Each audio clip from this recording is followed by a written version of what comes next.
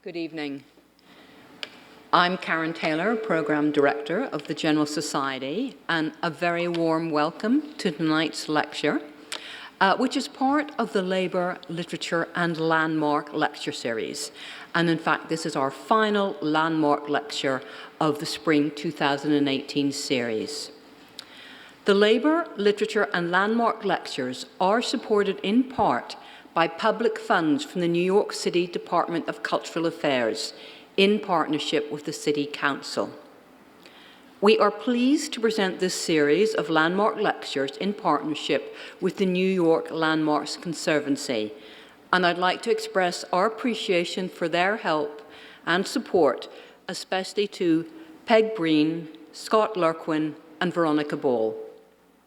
For those of you who may be less familiar with the General Society, a brief introduction.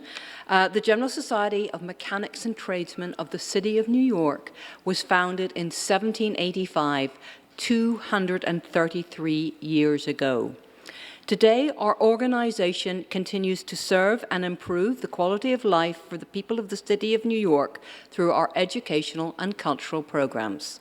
These include the John M. Mossman Lock Collection, which you can see upstairs, the library, of course, of which you're in, our tuition-free Mechanics Institute, and, of course, our lecture series, our nearly 200-year-old lecture series, and, of course, tonight's lecture is part of that history. You will find an informational postcard and library membership on the front table. The 2018 Landmark Lecture Series is curated by Lisa Easton, a partner in the New York City-based architecture and historic preservation firm, Easton Architects. And I want to express our appreciation to Lisa for all her work in selecting such an excellent roster of speakers. So thank you.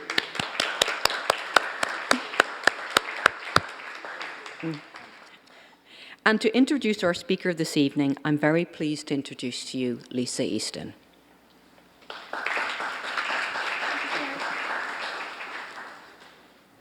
Good evening, everyone, and thank you for joining us tonight. I wanted to wrap up the series for this year, so if you just indulge me for a moment before I introduce Meisha.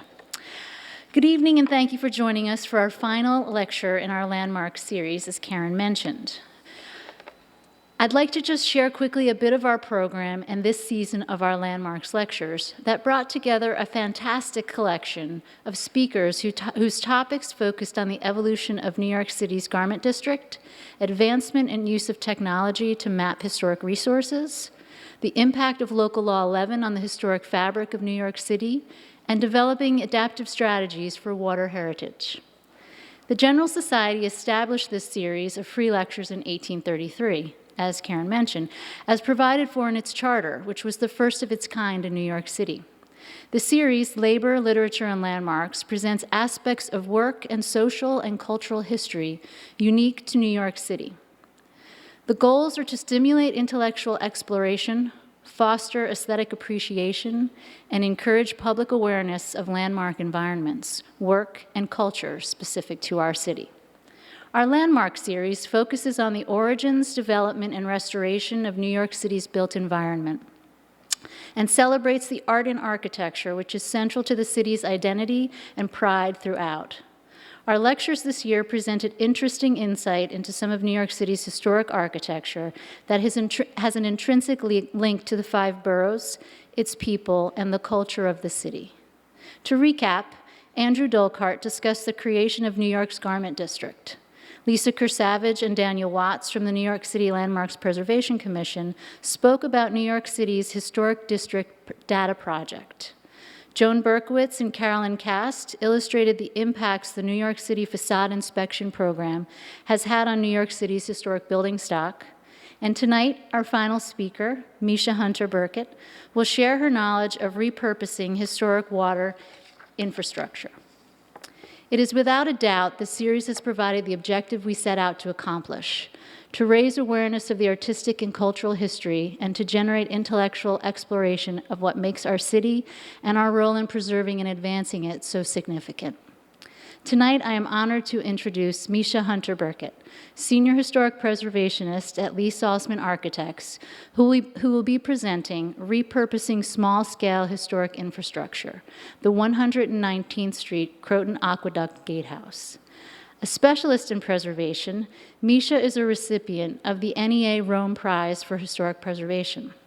She has contributed to Springer's forthcoming publication, Adaptive Strategies for Water Heritage, the International Committee for Conservation of Industrial Heritage's Water Industry as World Heritage Report, and L'acque, le pietre e bronze la fontaine monumentali, City Secrets in Rome, Sustainability and Historic Preservation. I'd like to add that Meisha is not only an esteemed colleague of mine, but I consider one of my dearest friends, and I'm honored to have her here tonight. Tonight, she will focus on how one small-scale historic infrastructure loses its purpose-built use, the challenges of reuse become complex. The philosophical issues, as well as the practical process of adaptive reuse, must be grappled with. Issues of balancing the preservation of historic fabric while accommodating new programmatic uses, code, and other requirements must be considered. The 119th Street Gatehouse, a project of the Waterline Team, offers a fascinating lens through which to understand the challenges and opportunities inherent in catalyzing support for and visioning the reuse of an enigmatic building. Tonight, it is my great pleasure to introduce to you Meisha Hunter Burkett.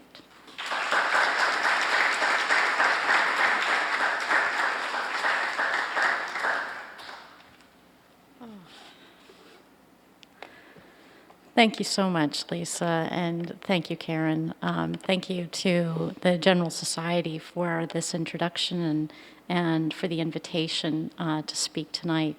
I'm really honored. I also am so grateful for everyone to be here tonight, and also for so many colleagues that are far away, particularly elsewhere in the United States and in Europe, that are so thrilled that this is being videotaped. So I just want to say that they're not here physically, but definitely all here in spirit. So thank you again. The other thing I wanted to say as a quick caveat is that we had a small technical glitch before this lecture.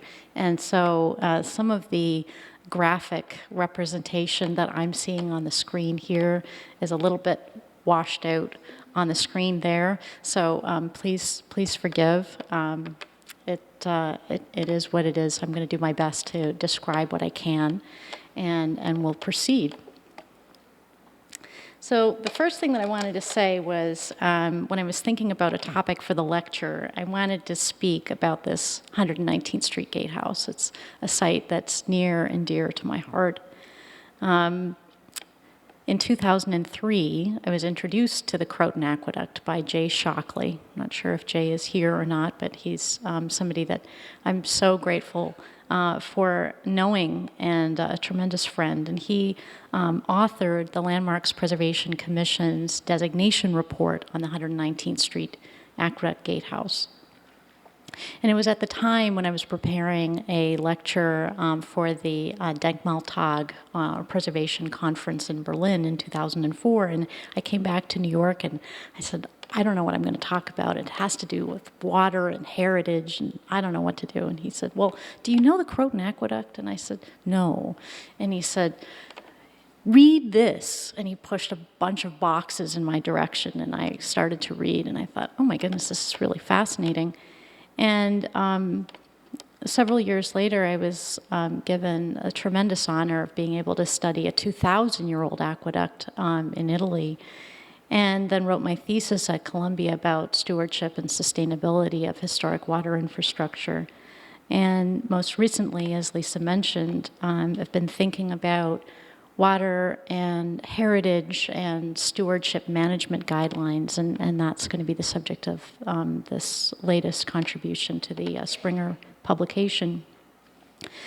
But, you know, to really go back to the thesis statement, which I am so grateful that I was challenged to prepare, is that at the end of the day, I really believe that the water infrastructure heritage, whether it's above ground or it's below, whether it's decommissioned, whether it's in active use, whether it's in whole, whether it's in part, all of this heritage teaches us about the civil engineering achievements of the past that were realized in the face of needed social change. And so that was really the tremendous catalyst, I think, that's driven a lot of this research and lecturing since then. Let me just advance. Okay, so here's our building.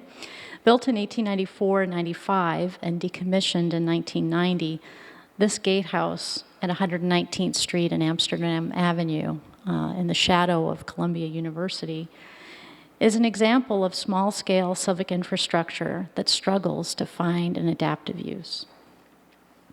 A dear preservation friend of mine in Berlin told me that he's actually preparing a talk on this very same theme that he's planning to deliver to Belgium colleagues in the coming weeks.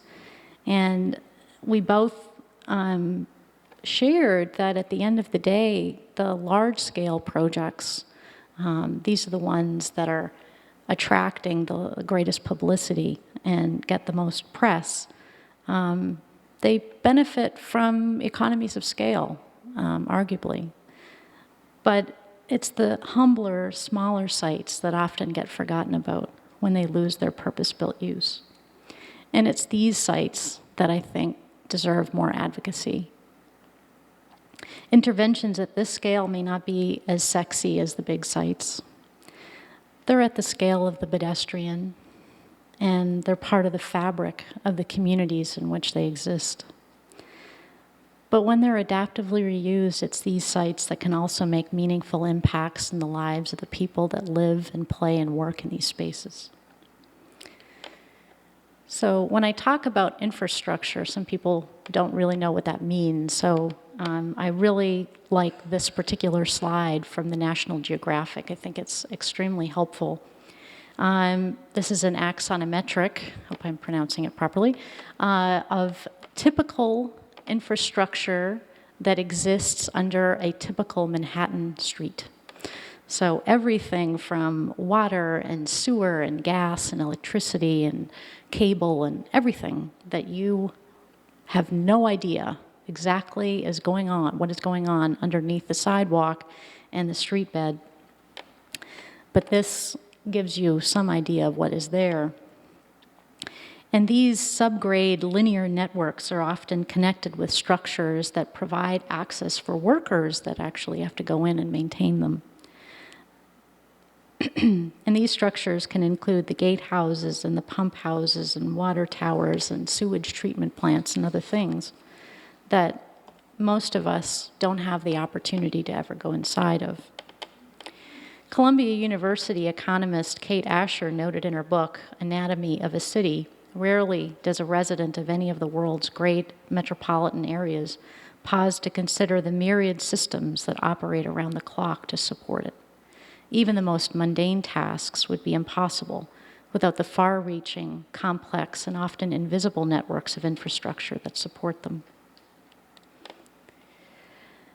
So, if we're introducing infrastructure, let's also introduce adaptive use, because of course, I don't like to operate from the assumption that everyone knows what I'm talking about. So when I'm talking about adaptive use, and the case studies that I'm looking at today are buildings and sites that have stopped being used in the purpose for which they were built. And within the preservation canon, there are a number of documents that certainly help to increase our understanding of the definition of adaptive use. Some of these include the 1931 Athens Charter and the 1964 Venice Charter. And more recently, I was introduced to Matteo Robilio's adaptive reuse toolkit, where he tries to urge people to think about adaptive use in terms of approaches, particularly for industrial heritage, and I thought it would be useful to share those today. The critical takeaway from this is to try to balance the character-defining features and the authenticity of the historic site against the programmatic requirements that are needed for the adaptive use to be carried out.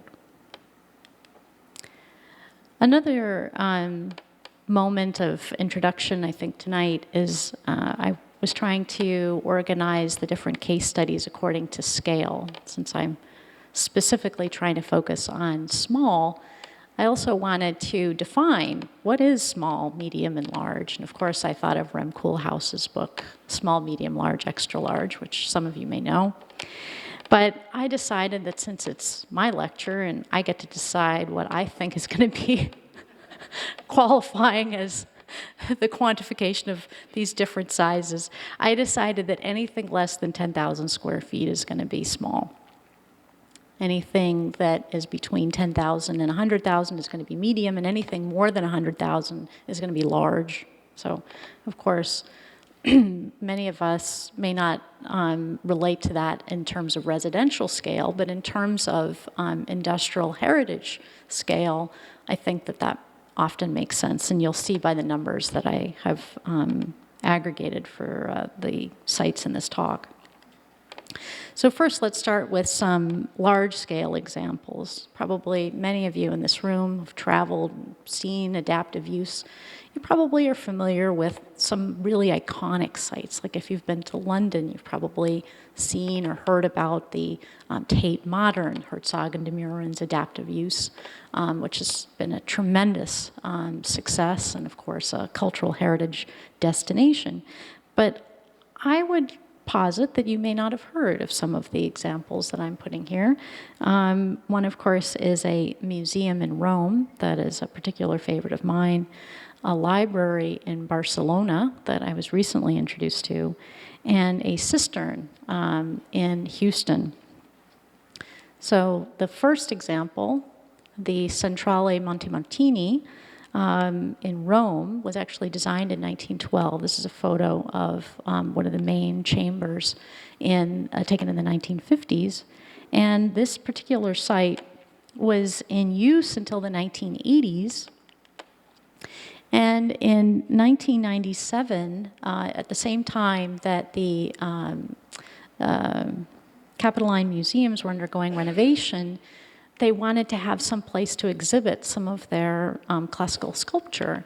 And similar to what MoMA did with PS1, where they were like, okay, you know, we have our site closed down while we're doing renovation, but could we find somewhere else that we could display and exhibit? And so there was this exhibit called Gods and Machines that opened in 1997. And if you can imagine, this was such a tremendous success that the Capitoline Museums were actually petitioned by so many people to please keep it open. And I have to say that the juxtaposition of classical architecture against thermoelectric equipment is unlike anything you've ever seen or may see. And I think it's no wonder that it's a tremendous success. Another site, this is one that I was recently introduced to in Barcelona. It was actually a reservoir, so rainwater was collected and then it was distributed around. This is the area that's near the Born district in Barcelona. I don't know if people are familiar. But it was built in 1874, and it stopped being used as a reservoir about 100 years later, and it went through a number of different ideas before it got transformed into a library, including elder housing, a car park, and an archive. Architects Clotet and Paricio inserted additional floors in a reversible manner that clearly distinguished their modern intervention from the historic fabric. And this is located within the Pompey Fabra University campus. But I'll tell you, when you look inside of this space, where it's just suffused with light, you really appreciate the volumetric arcades. And if I went to university here and tried to study in this library, I wouldn't get very much studying done. It's really amazing. And then the last example that I wanted to show in terms of large scale was in Houston. This was in operation as a cistern from 1927 to 2007 when it was decommissioned. But in 2016, it was reopened as part of a public park. So there's an at-grade portion of a park, but then this is actually a subgrade portion. And so they have programmed it with video installations and art and sound installations. So it really actually attracts quite a lot of foot traffic, which is great. At the medium scale, I thought I'd show 3 sites. One is a former water softening plant in the UK, and then 2 water towers from Denmark and Germany. The first is a space-age modern English heritage grade 2 listed property that was built in the 1930s and was decommissioned in 1946, just after the war. And after 2005, it was converted to a private residence of about 10,000 square feet.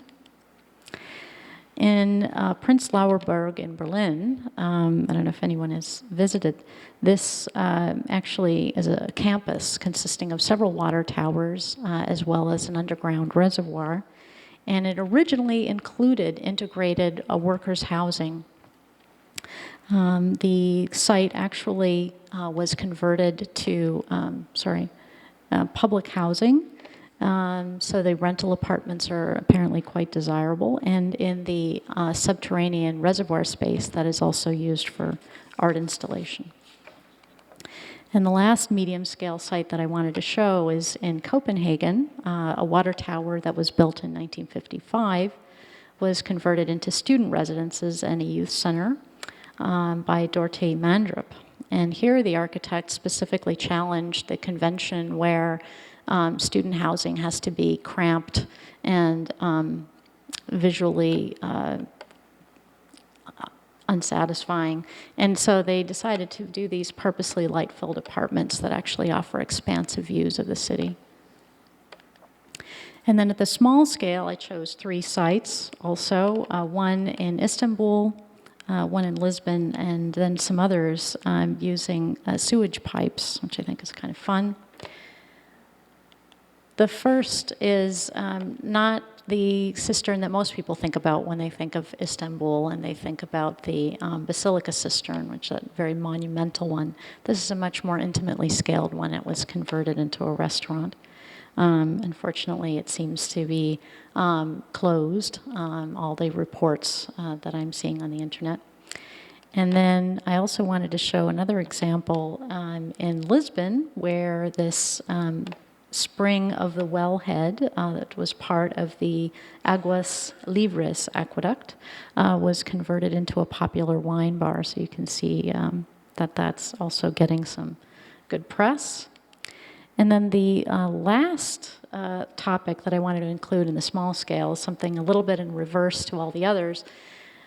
Most of the examples that I'm showing and I'm interested in were designed certainly for infrastructure purpose, but the engineers and the architects chose an architectural expression that communicated a civic pride.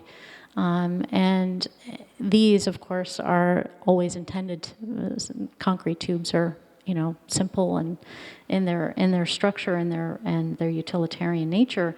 But here, the reverse happened, where the architects decided to be really creative and fun with these pipes and made them into hotels and toilets and restaurants. So, kind of interesting. And then we get to our gatehouse. So the gatehouse, of course, falls into the small category. The square footage at the grade level is 1,548 square feet. And just in case anyone doesn't know, the actual function of a gatehouse is to offer a point of access to and regulate water arriving into and leaving a gatehouse. In the case of the 119th Street Gatehouse, both the former 1842 structure and the current building served as the southern connection point between the cast iron inverted siphon crossing Manhattan Valley and the masonry aqueduct channel that carried water south to Central Park. So this is a illustration taking you from the Croton Lake in Westchester all along the route of the aqueduct, punctuated certainly by the High Bridge, getting the water into Manhattan, and then roughly down 10th Avenue before getting into the Central Park reservoirs, and then coming down to the distributing reservoir that was at 42nd Street, where the New York Public Library is today. And I had to include this image because this was a 2015 publication called The Lowdown on the High Bridge, and it tries to tell the story about the Croton Aqueduct to children and make that story of the city's water supply accessible. This illustration, I think, is helpful because after, in the water line, when you cross the High Bridge and the water arrived into Manhattan, you get a number of points along the line where the subgrade infrastructure was actually made visible at the grade level. So in terms of the High Bridge, of course, being very monumental, but then the gatehouses on either side, the High Bridge water tower that was on the Manhattan side of the bridge, the 135th Street Aqueduct Gatehouse, which we'll be talking about in a few moments, the 119th Street Gatehouse, 113th Street, which is now the adult daycare center for the Amsterdam nursing home, and then traveling southwards and then jogging east towards the Central Park reservoirs, and there were 3 gatehouses at the perimeter there. So let's speak about the Aqueduct Gatehouse that actually used to exist, which was demolished. This was originally located in the center of Amsterdam Avenue and built around 1842. This is a prototype drawing that comes from the Library of Congress in Washington. And of course, by the 1880s and 1890s, with the increase of institutional development in Morningside Heights, Columbia University, hospital, mental asylum as well, there was a significant increase in the vehicular traffic. So there was a call to remove this obstruction in the roadway and instead put it to the side. So we have this one-story building that was demolished to make way for the building that we have today. The Romanesque Revival style building that currently exists was designed by John Mackay and Maria Lorini. They were both assistant engineers under George Birdsall, who was the chief engineer of the Croton Aqueduct. And the one-story fortress-like building is constructed of rusticated 2-foot-thick schist that sits on a rough-cut granite base. The hipped roof is clad in slate with a terracotta book tile fireproofing. And decorative iron fencing, which used to be located at the perimeter of the site. In fact, there's some salvage sections that are located inside of the building. And while diminutive in scale, I would argue that this building actually communicated the civic pride and the precious value of the New York City's water supply. Before this aqueduct arrived, many people in the city died either of fire that they couldn't put out because they didn't have enough water, or they died of cholera or typhoid, other diseases that were communicable because of polluted water. So this was a game changer in being able to allow this city to develop and mature to the city that we know of it today. Without this aqueduct, New York would be unrecognizable, not the city that we know. So we actually have a number of the original drawings from the DEP archives in New York. It's a great treasure trove if you're not familiar with it. And I'm sorry that the legibility of the drawings is not as good as on my screen, but the important thing here is that we have a careful detailing of the stone, the roof, the slate, the ironwork, the steel trusses supporting the roof. And then we also have very careful detailed drawings of the subgrade structure that particularly consisted of 4 cast iron pipes that receive the water from the inverted siphon coming from Manhattan Valley and the 135th Street Gatehouse to the north. And then in this diagonal path, so entered here from the north into a water chamber, and then continued in the diagonal path in a masonry conduit before it then connected with the 113th Street Gatehouse and continued down southward to Central Park. The DEP Archives also has the as-built drawings for the decommissioning of the gatehouse. It was decommissioned in 1990. These drawings date somewhere from the 1980s. At that time, the mechanical equipment was completely removed from the site. The windows were removed and filled with cement block. And the water chamber was filled in with sand because they were afraid in case anyone got in that there could be a liability issue. It was at this time that the building was jurisdictionally transferred from the Department of Environmental Protection to the Parks Department. I wanted to give a small chronicle as well of some of the Columbia student activity as well as the documentation of this particular site. So, of course, I needed to give that shout out to Jay Shockley for writing the designation report in 2000. And and then, of course, in 2010, several GSAP students actually performed field documentation of the site under Professor Michael Devonshire, also commissioner at the Landmarks Preservation Commission. So here we can see the building fully documented. Unfortunately, the legibility of the drawings is not as good as on my screen. 2011, Liz McEnany led a studio at Columbia dealing with the entire Croton Aqueduct.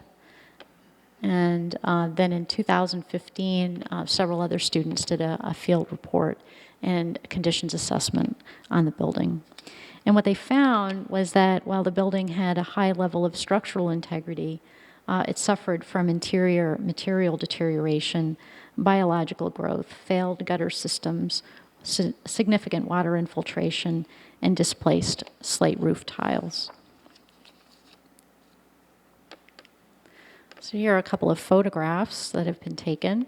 You can see that the building, again, looks quite intact visually from the street. And I should say, too, that every time that I visit this site, people will come up to me and say, "What is that building? Do you know what that building is? What is that building? Why is it closed?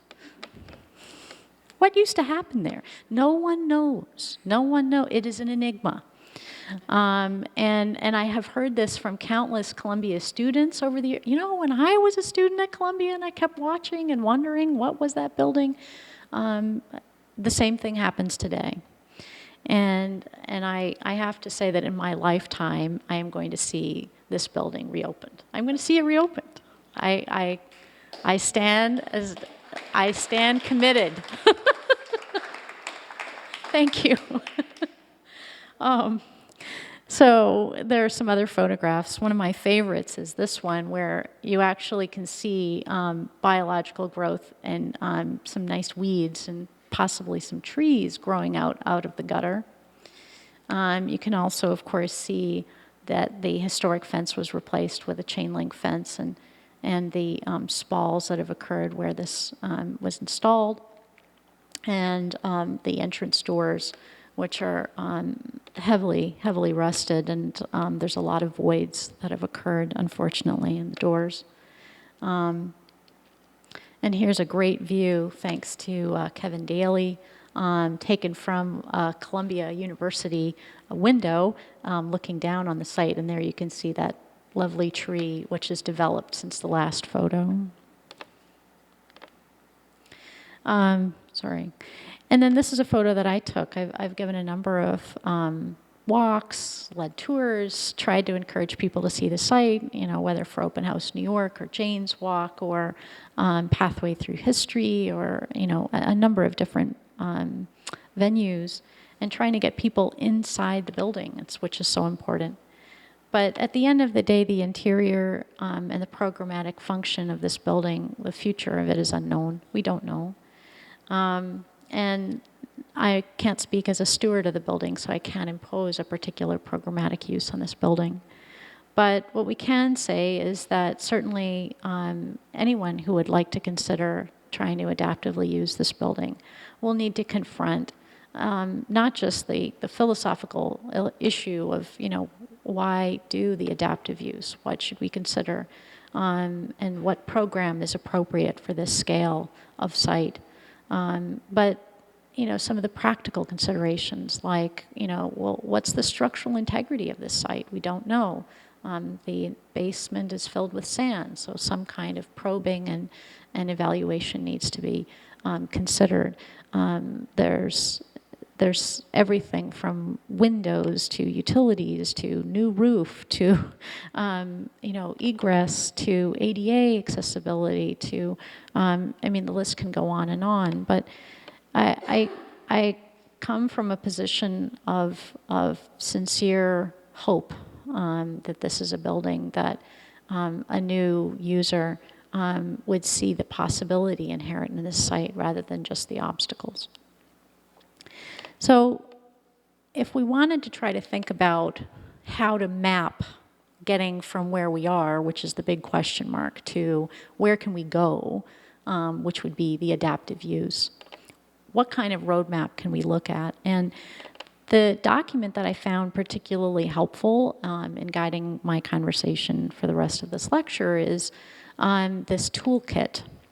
This gentleman by the name of Matteo Robilio, who's a fellow at this Marshall Fund, the German Marshall Fund, which was apparently an institution that was established based on a gift from the German government in the 1970s to the United States in recognition of the incredible effort that was made by the Marshall Plan to rebuild infrastructure in post-World War II Germany. And so this gentleman spent a year looking around the United States at successful examples of industrial heritage adaptive use, and he cataloged them in this toolkit and established sort of this roadmap of approaches that could be followed. And his particular audience is European, where there's still a number of vacant industrial heritage sites that await adaptive use.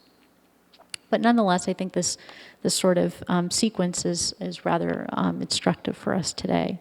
So it starts with exploring possibilities, and I thought to illustrate for this, it would be where can we get some kind of a database that would actually catalog civic infrastructure that's been decommissioned from active use and catalog that in such a way, in such an online accessible format that could be accessible to potential new user groups.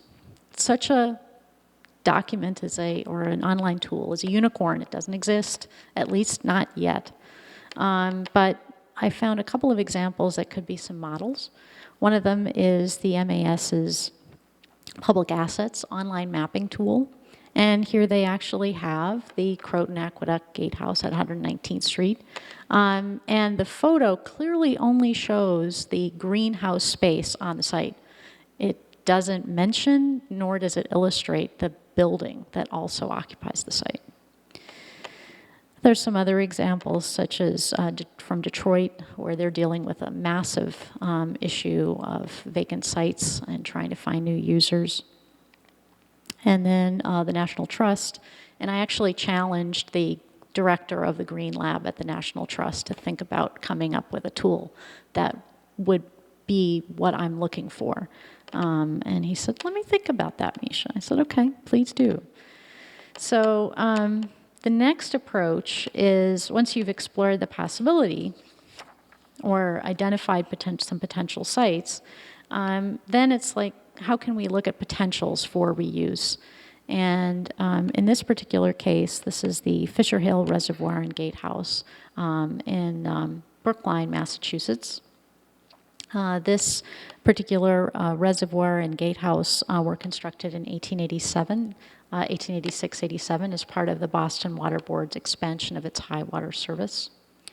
And the aqueduct and the reservoir were decommissioned in the 1950s.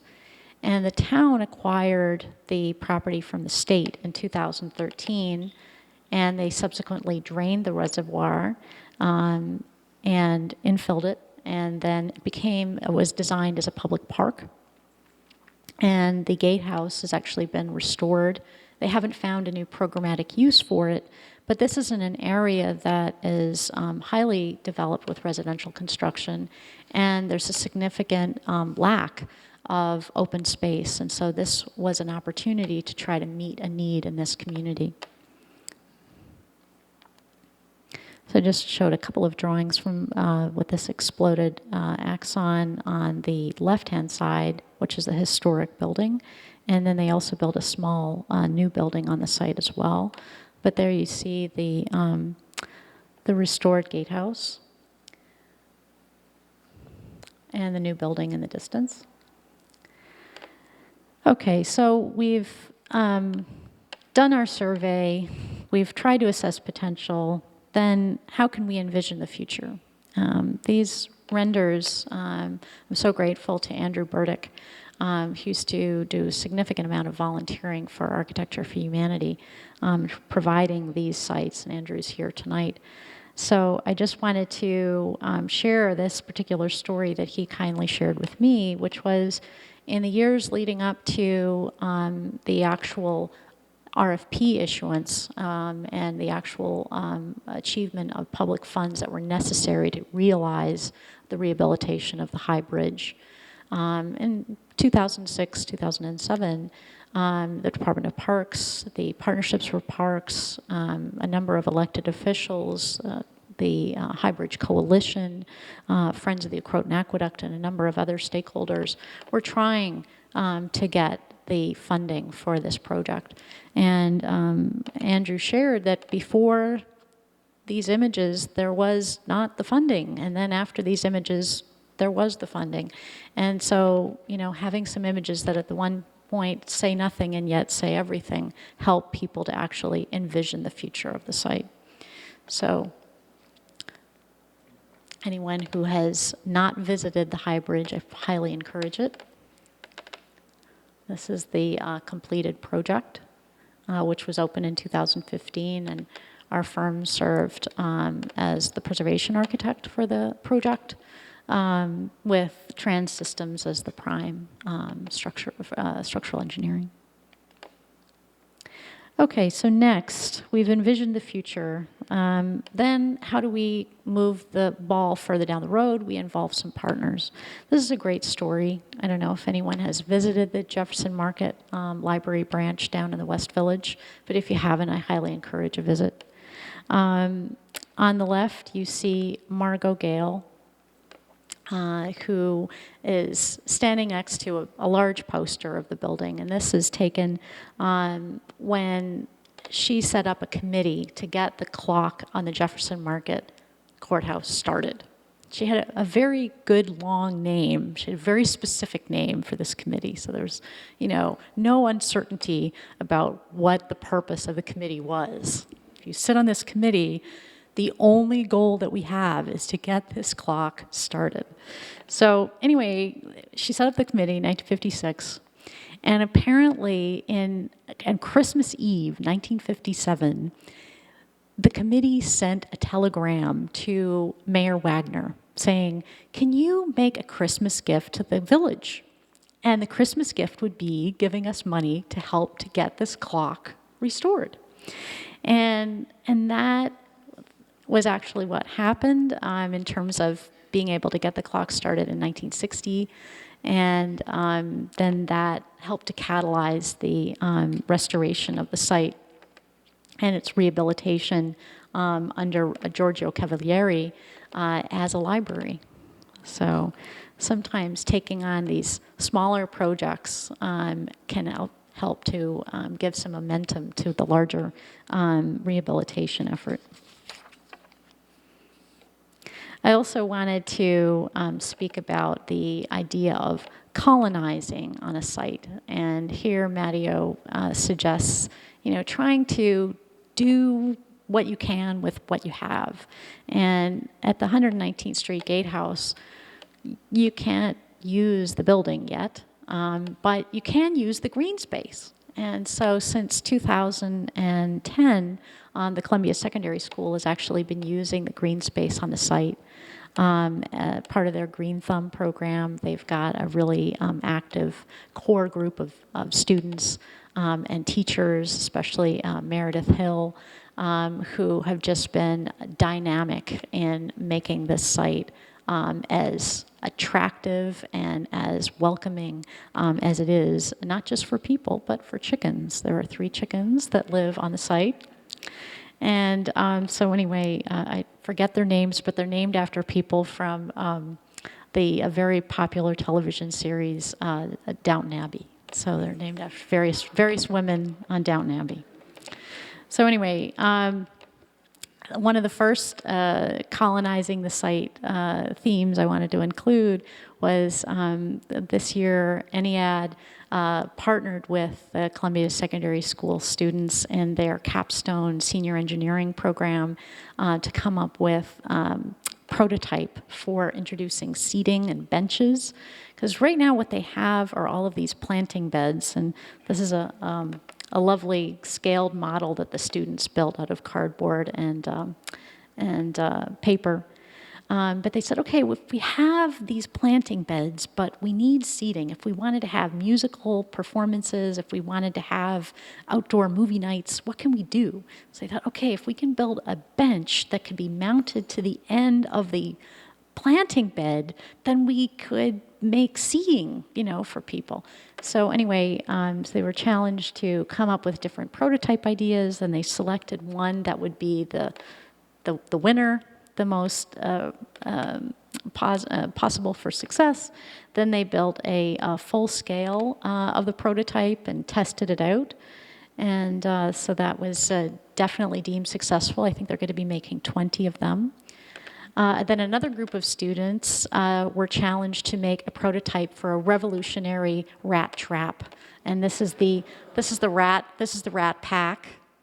Professor Hubbard and 2 students, and their plan was to come up with a design that's not commercially on the market yet, but maybe soon, where they specifically made this little trap placed directly over one of the rat holes on the site, put chicken wire with a baited trap where they used the Skippy peanut butter. You can see apparently the rats love Skippy peanut butter. And then they put this inside of a little plywood box. But they hope that this will be revolutionizing the rat extermination program. And then the next one, of course, is another group of students were challenged to come up with a photovoltaic solar energy opportunity for the site, because if they wanted to have these outdoor movie nights, what's going to power the movie projector? Well, maybe some solar energy will do that. So something renewable. And then the next point that I wanted to include was how to try to design for the reuse. And here Ennead collaborated with some of the Columbia School students on coming up with a way to illustrate one of their visions for the site, and that is to try to reuse it for an aquaponics food lab. And here you would imagine that the roof might be glass instead of slate to let in some light. And then you could have all of your plants at the first floor.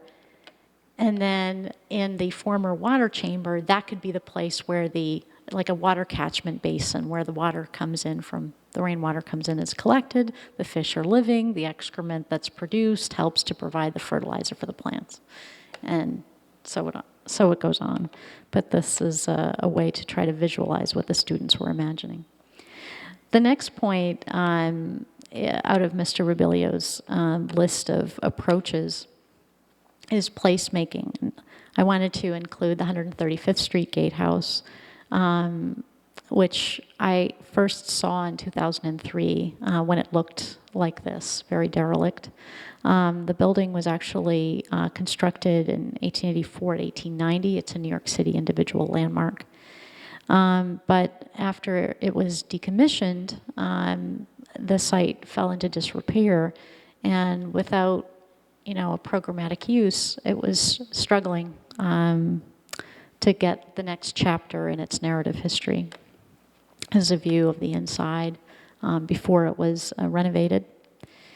But in 2006, it was reopened as the Harlem Stage. If anyone has had the chance to go there, it's really a special treat. The interior of the Gatehouse is just this amazing performing arts venue, and just extremely a place of tremendous life and vitality in the Harlem community. And I highly urge that you get a chance to get up there. And the last example that I wanted to mention today was with regards to sustainable funding, long-term funding. You can select your site, you can try to evaluate your potential, you can try to design, you can try to envision, but at the end of the day, if you don't have the money to do it, there's not going to be a lot that you can do for the long term. And so I'm deeply grateful to Dennis DeWitt, who is the director of the Metropolitan Waterworks Museum up in Boston, for generously sharing of his time with me and telling me the story of what happened at this particular site. The Chestnut Hill Waterworks is in fact one of the most intact 19th century water systems in the United States, and is both listed on the National Register and is a Boston city landmark. The Bradley Basin that is situated behind this site this building, is 87.5 acres, and it was completed in 1870. The grounds on the reservoir was Boston's first large pastoral park designed by the Olmsted brothers. However, after 80 years of service, the reservoir and the pumping stations were decommissioned in the 1970s and also fell into disrepair. After more than 20 years of negotiation, this is not for the faint of heart, the state structured a deal with a private developer who was then required to restore the historic buildings on the site as part of the package to be able to enter into the agreement with the state. And so they did this, and the result is both a combination of residential as well as institutional use on the property. In terms of the numbers, the developer committed to a 1% transfer fee, a $1 million cash endowment for the museum, $400,000 in roadway improvements, and a $150,000 annual fee as well. So this was, I think, a tremendous success in terms of the long-term viability of the museum, which occupies a portion of the former high-service works. And the architect for the rehabilitation project was Gunn Partnership. So here's a view inside of their two-story conference space in the museum, and then a view out looking at some of the pumping equipment. And then another building on the site that was also renovated by Gunn Partnership as residential housing. And one other, which was a carriage house. And in this case, the architect's intervention consisted of restoring the first floor, but then adding a second floor on top so that you could get a little bit more square footage out of the site. So this brings me really to the end of my talk. I, was trying to think in terms of how to properly conclude, and I think the quote that resonates most strongly with me is from Friedrich Nietzsche, who argued that which distinguishes truly original minds is not being the first to see something new, but seeing new something that's old and well known by all. I hope that this lecture helps to advance the conversation about not only the 119th Street Gatehouse, but other small-scale civic and decommissioned infrastructures that exist not only in New York City, in the United States, but around the country and around the world. So many of these sites need a fresh look, and I hope that we continue to have this type of dialogue and debate about their future. Thank you.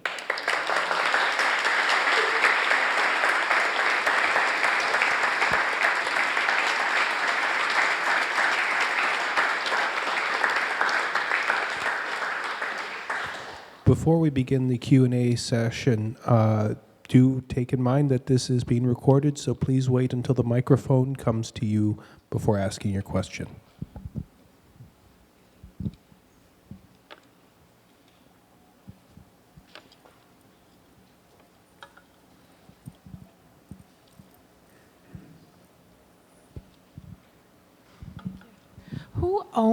Well, first of all, thank you very much. It's a very enlightening lecture. And who does actually own the Gatehouse? Well, it's definitely a New York City owned structure, but the jurisdictional operation of the structure used to be under the Department of Environmental Protection, but was transferred to the Department of Parks and Recreation when the building was decommissioned in 1990. So the City of New York owns the property, owns the whole site. The Columbia Secondary School, in terms of their operation of the garden, is part of the Grow NYC, which program, Green Thumb program for schools, partnering schools with gardens and public garden spaces in the city. But the entire site, garden and building, are all owned by the New York City. Well, I think all we have to do then is call de Blasio and tell him, just like somebody called Mayor. Thank you. Thank you so much. Really appreciate your talk. So my name's Neil Hurwitz, and I've been at Columbia since 1962. And I pass by that building about 3 times a week. Number one is I was with the Friends of Morningside Park, and that's a whole story about Columbia and the 68 situation. But is anybody in the room from Bill Castro, the Manhattan Borough President, Manhattan Director of Parks? So Bill Castro is the head of Manhattan for Parks.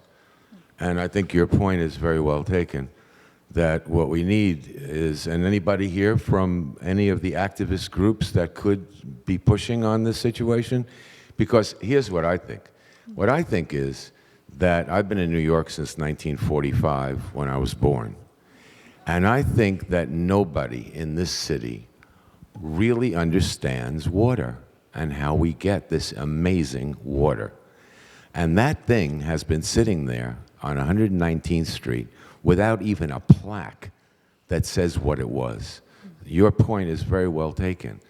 We need to have a more activist approach. I'm very interested. If anybody in the room would like to contact me, I'm right here. It seems to me that your point is well taken. We just need to now say, do something with this. And I'm absolutely amazed that they haven't already torn it down and given it to a developer.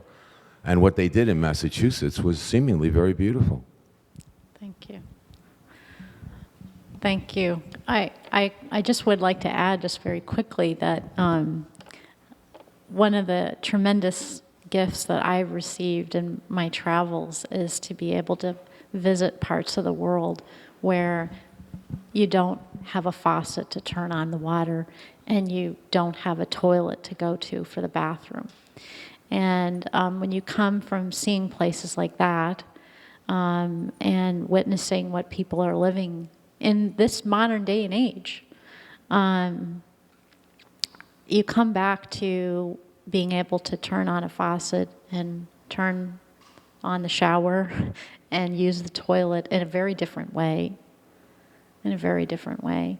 So I would also say from a hopeful side, another really inspiring thing that I've had the good fortune to do is to visit the Netherlands, where more than 50% of their entire land mass is either flood prone or under the sea level. And so they begin teaching students at a very young age about water. It is not some kind of secondary sidebar kind of thing. It is fundamental to survival. And the appreciation that is born from that very early exposure to the significance and the preciousness of water, I think is something that we could certainly learn from. Hi, thank you for your talk. I gave a talk here about a year ago because I'm a stone carver. I was trained at the Cathedral of St. John the Divine in 1989. I grew up like 11 blocks from the 119th Street Gatehouse, and I currently live 2 blocks from the Gatehouse. My plan is to create a stone carving center in the Gatehouse because I run a nonprofit that, the Cathedral closed its program, and I run a nonprofit to keep the tradition alive and share it with other people. So that's my plan, and I've been working on it for about 10 years, had a few meetings with New York City government representatives, and I was so excited to hear that you were here today to give this presentation, but maybe we can work together. Thank you.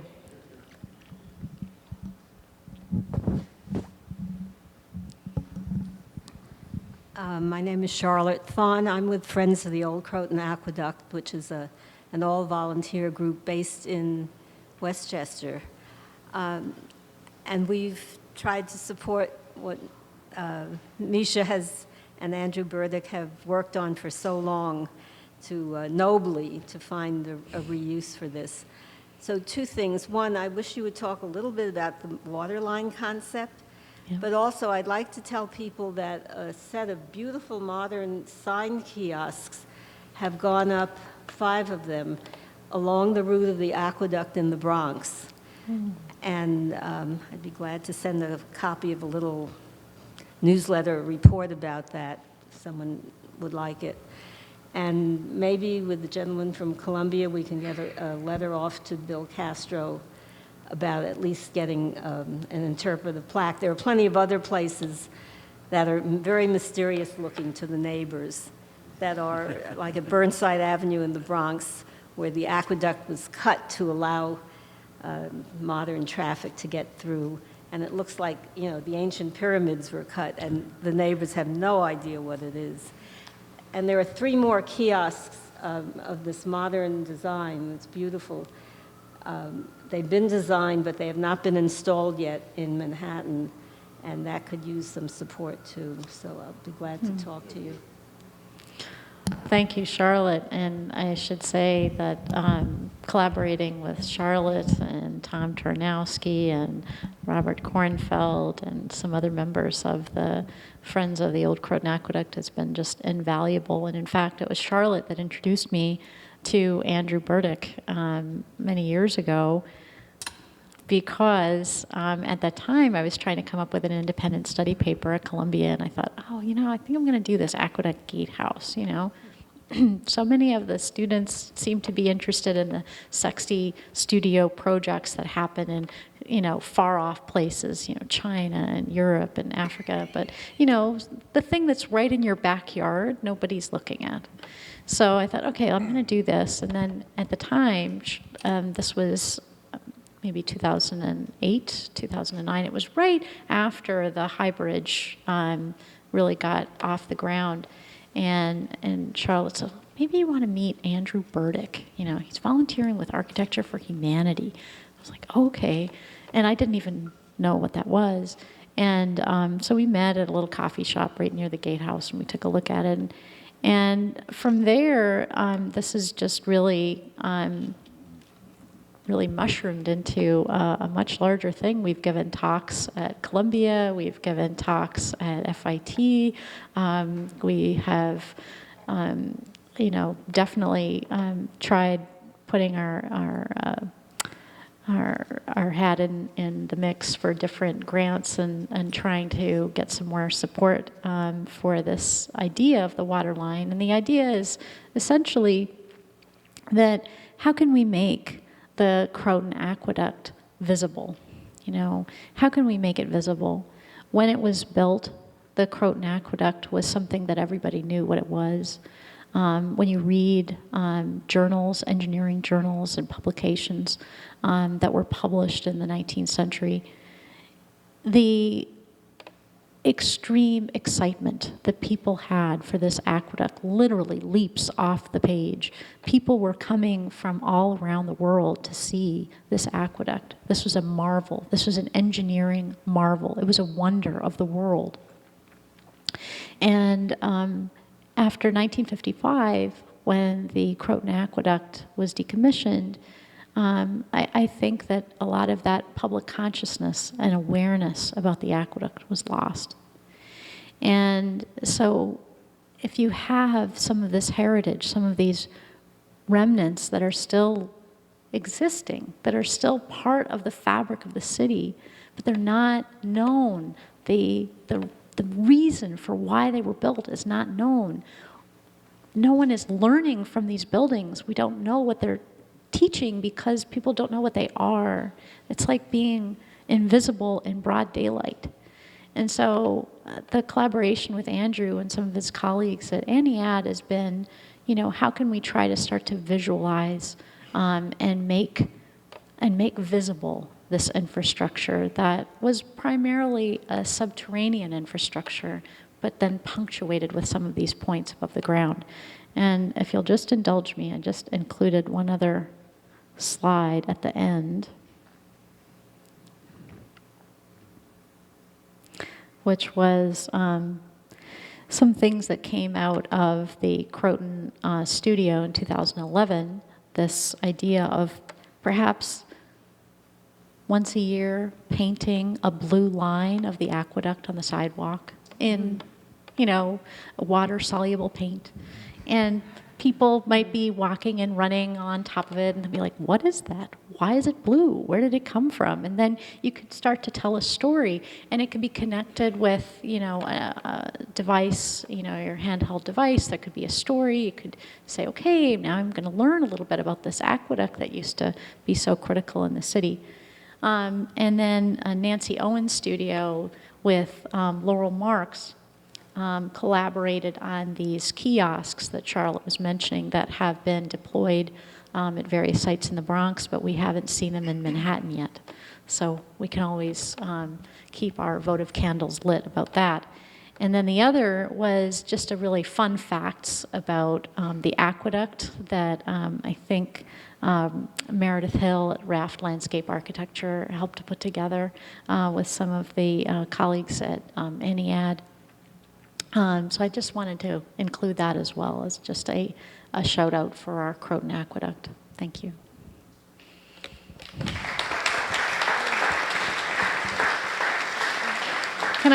I forgot to say one last thing, which is just that the Croton Reservoir Tavern, I went over there a couple of days ago because I said, I'm giving a talk over at the General Society Library. And anyway, the manager was very, very generous. And he said, let me give you a bunch of discount coupons to come to our tavern. So I brought a stack of them in case anyone's interested. Somebody said, you know, you should really have a Q&A session for people that get the right answer, that they get a coupon. But I was like, nah, just whoever gets them, gets them.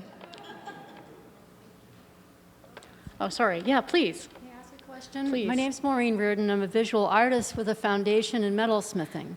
And water has always been a key element in the process of metalsmithing. With trades missing in our public school system, I can envision an apprenticeship program, in fact, to mirror the first American free apprenticeship program that began in this building as a part of a series of programs that might be offered there. Thank you. Thank you.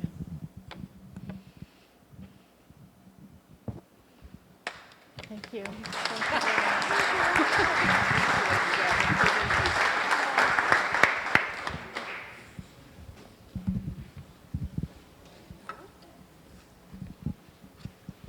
Meisha, thank you so much for such a thoughtful, comprehensive, and really a wonderful advocacy for the Croton Aqueduct. It really was an absolutely terrific lecture. And I know all our lecturers put in a tremendous amount of work in preparing this, but I know that Meisha went above and beyond, and I want to express our gratitude. So thank you so much, Meisha.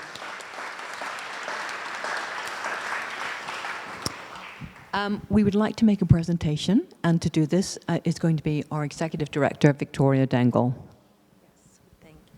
And thank you, Meisha. And I also want to acknowledge that Meisha's parents are here from Basking Ridge, New Jersey. So hello to Meisha's parents.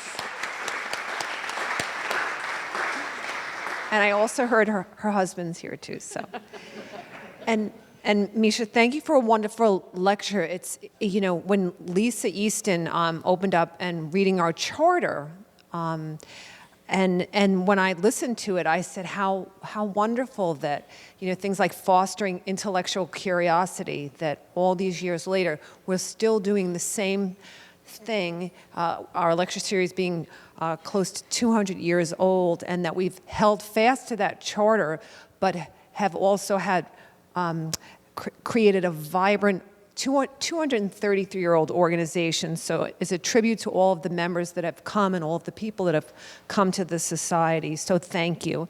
And one other thing that I really would like to also thank you for is there, you know, when you turn on a faucet of water, when you turn on your lights, and when all of this happens, and in terms of infrastructure, and I do say here we are in the General Society of Mechanics and Tradesmen, and all of the people that help get the water, the sand hogs that are underground and working so hard, and the people that are building the buildings, that it really means a lot. And I know as the daughter of a local 14 operating engineer, I grew up around construction, and also hearing my parents always say, don't waste the water. So even when you're brushing your teeth. So, Meisha, on behalf of the General Society of Mechanics and Tradesmen of the City of New York, founded 1785, we express our gratitude to Meisha Hunter Burkett, Senior Historic Preservationist at Lee Saltzman Architects, for the 119th Street Croton Aqueduct Gatehouse, repurposing small-scale historic infrastructure, for her participation in the General Society Lecture Series. So thank you.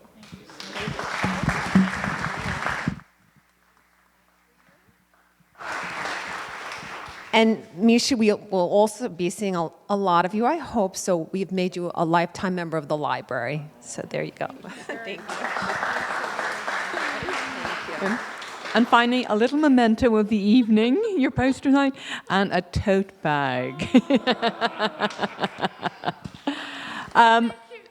Meisha, thank you again for such an eloquent presentation. Thank you so much.